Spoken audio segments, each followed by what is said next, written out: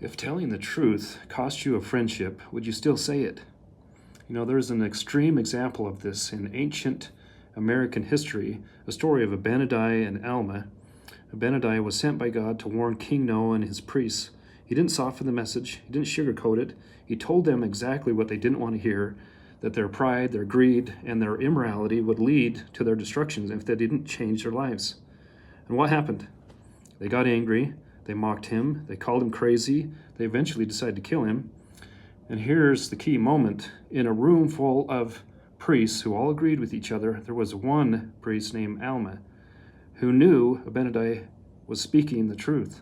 Everyone else went along with the crowd. Everyone else protected their comfort, their position, their approval. But Alma heard the truth. And as the other priests heard it, but he reacted differently. He did something most people would never do. He spoke up. He defended Abinadi and pled for his mercy. And at that moment, Alma became the enemy. He lost his status, he lost his job, he lost all of his friends, he was cast out, and he almost lost his life. But because Alma chose truth over approval, generations were changed. Now let me bring this down to an everyday life example, a way to start practicing this kind of courage on a much smaller scale.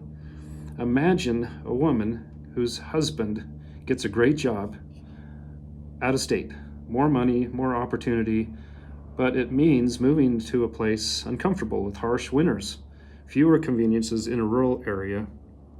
She's upset, she's venting, she doesn't want to move, and now you're one of her friends. Do you just echo what she wants to hear? That's unfair, I wouldn't do it either, that sounds awful, poor you. Or would you lovingly speak the truth? Maybe this is a blessing. Maybe this move could strengthen your family. Maybe God is opening doors to you can't see yet. One response makes you popular, the other makes you stand out, and might even cost the friendship.